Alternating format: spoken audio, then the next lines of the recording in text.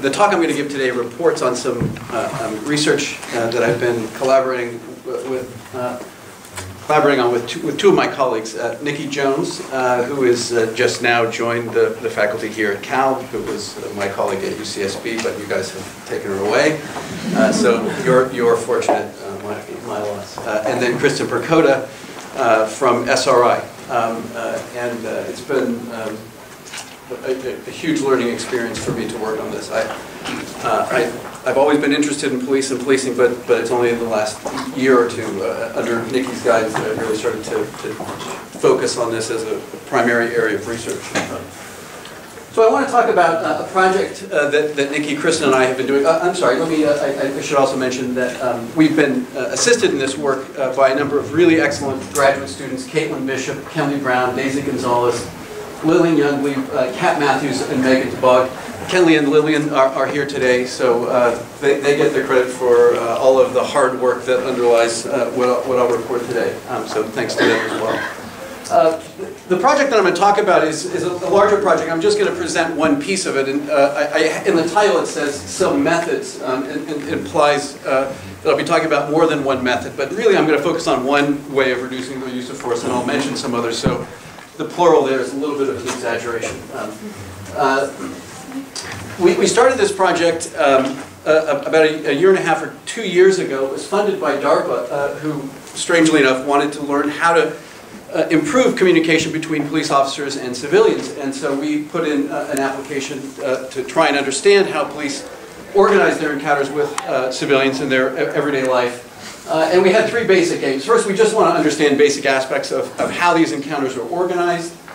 We want to uncover some of the routine interactional contingencies that police encounter when they deal with civilians on a daily basis, and find and describe the practices that the best officers use to manage their encounters with civilians, with an aim on reducing the reliance on force and coercive violence as a method for gaining cooperation or compliance. And our ultimate aim is to contribute to a curriculum that will be adopted by the Washington State Criminal Justice Training Center and CalPost. So as we develop these findings, we'll produce a curriculum and then test its efficacy at these two locations. So that's the larger project that this report comes from today. And we're borrowing some methods that have been used to study doctor-patient interaction, where researchers were able to find that there were some communicative practices that actually significantly changed health outcomes. So there are ways doctors could talk to patients differently that turned out to matter significantly for the health outcomes that were being organized through those encounters. We thought, well, maybe we could use that to study the police. So we've collected a bunch of data. I won't go through all of this. We have a number of videos from the Seattle Police Department from their dash-mounted cameras. So these are videos that are produced routinely as police encounter civilians. In addition, the San Francisco Police Department has been generous to open their cars to us and allow our researchers to ride along with them. We've collected about 300 hours of video with them from all 10 stations. In addition, Nikki and our ethnographically trained researchers have been doing a large number of interviews. Nikki also did some training. Then we've been using some methods of conversation analysis to analyze the recordings. And Kristen has been guiding us in the quantitative analysis. So that's the basic project so far. What I want to talk about today is how police use force, and possibly some ways that might be reduced.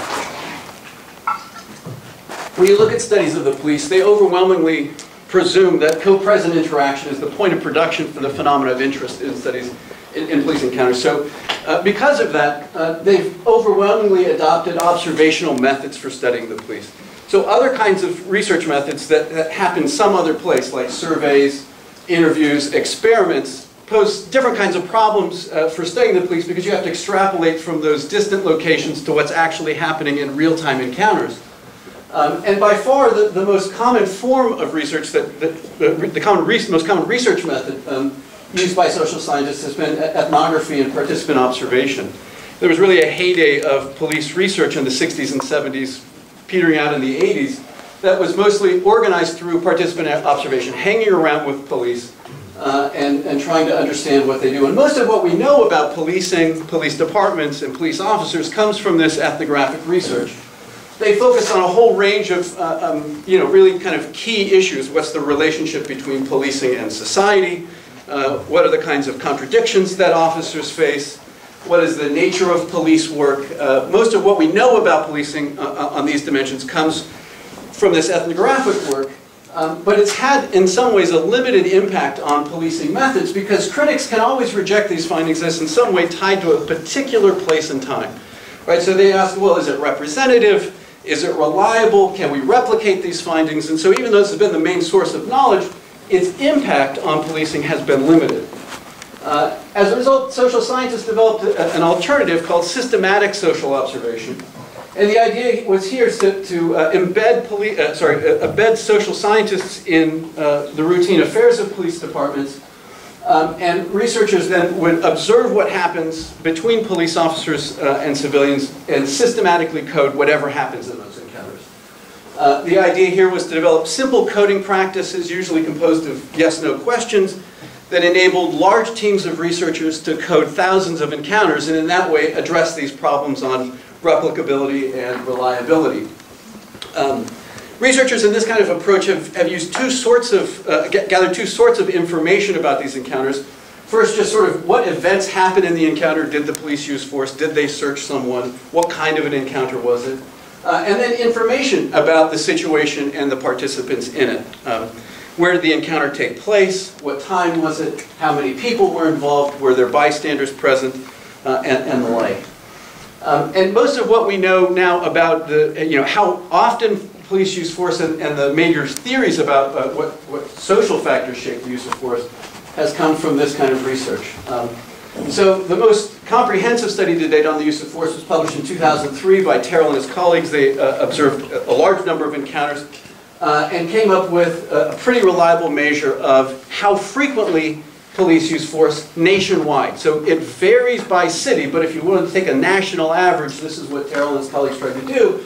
And they found that some form of force is used in about 58% of the encounters, but that includes verbal force, so things like threats and the like. If you want to just talk about physical coercion, including handcuffs and pat-downs, you drop down to about 20% of the encounters. Actual coercive force, grabbing, tackling, and so forth, you're down to about 4.7. And pain compliance techniques occurs in about 1% of the encounters. So that's just, roughly speaking, in terms of the encounters that police have, this is how often they use force. And there's a couple things we can learn from this. And first, it's that most physical force that police use is composed of restraining. But striking still happens, 1% is still probably too much.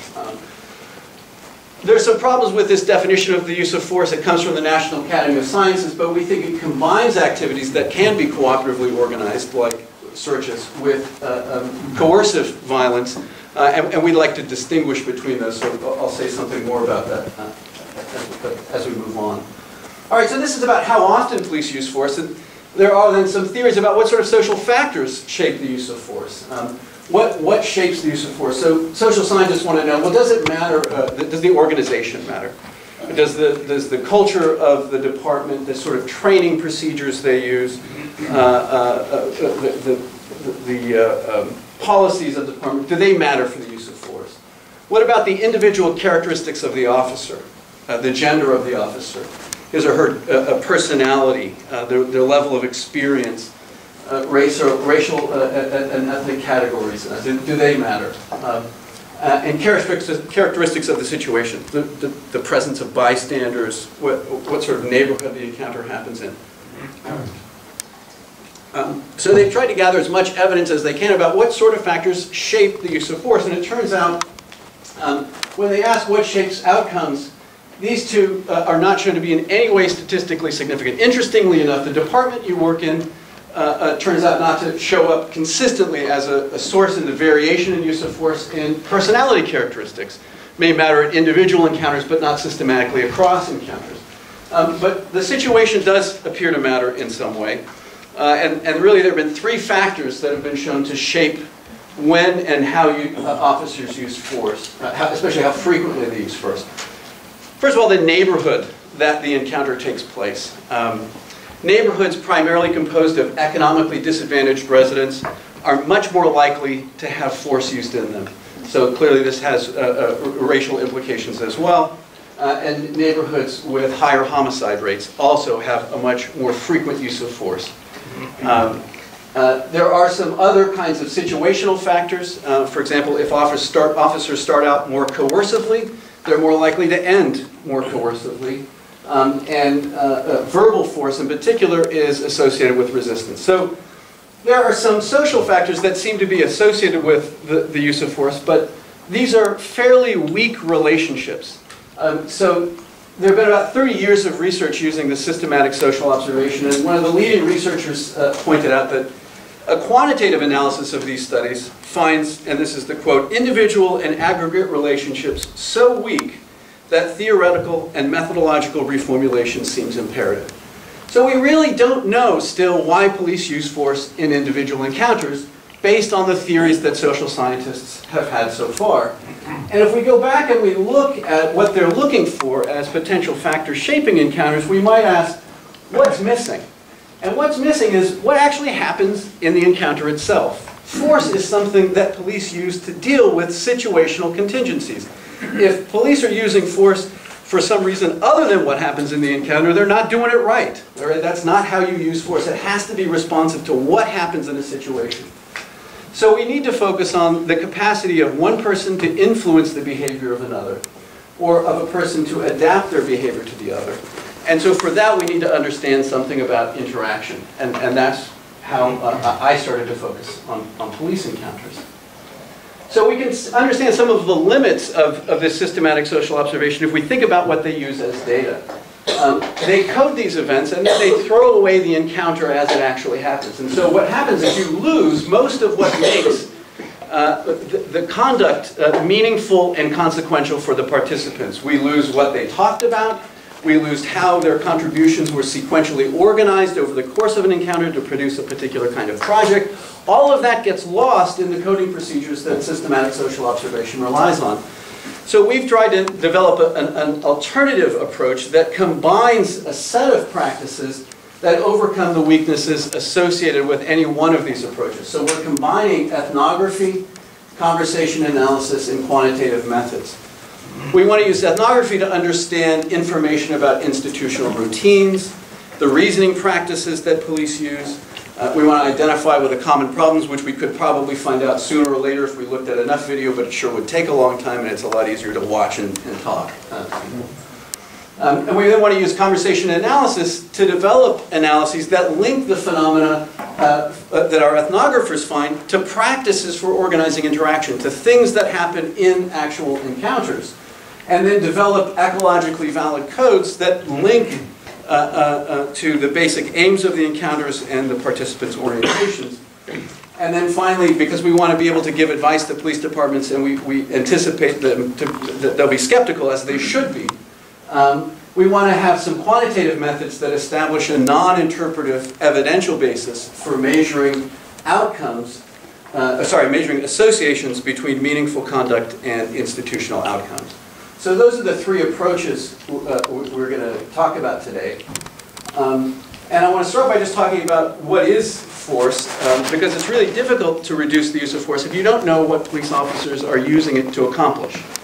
So a first sort of thing that we want to focus on is, what do police use force to do? And we can think of physical coercion and force as a form of social action.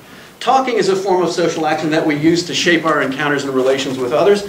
And physical force is another kind of form of social action that we use in the very same kinds of contexts, obviously with different implications. But let me just start by illustrating two contexts where police use force to understand what they're trying to accomplish with that force. And use especially the second of that context. I want to focus in more detail on how police coordinate talk and force to produce particular kind of outcomes. And I'm going to draw on a methodological premise of conversation analysis, which is that when you look at real-time encounters, what people do in those encounters reveals their in-situ analysis, their ongoing analysis of what's happening and what's going to happen next. And so we can use that as a guide to develop an understanding of what they're thinking and orienting to as the encounter unfolds. So one thing police use force to do is to stop somebody from doing something, a civilian from doing something that they've just started to do. So police use force to stop civilians from doing things. This is taken from an encounter where these two police officers have stopped these guys. It's a little washed out, I apologize. Stopped these two guys who've been hanging out at a bus stop and not taking the bus for several hours. So there's something suspicious about them. They stop them, ask them to sit down, and here's what happens at the beginning of this encounter. Now let's see what I want you to do. Put your All right, so he uses force to stop the guy from leaving. And clearly, I just want to observe a couple things. If we watch what happens, we can see as soon as the young man stands up to walk away, both police officers stop talking and they coordinate their behaviors by reference to that departure. So there's pretty good evidence that they're seeing it in the same way. I'll just play it one more time. You can see that they both coordinate their behavior pretty closely. Now let's see what I want you to do. Put your So what one guy tackles, and he's got his taser out, which he then applies. And the problem in these kinds of encounters is once force has been applied, it can be difficult to stop. So there the problem for police is how to stop using force once it's been initiated.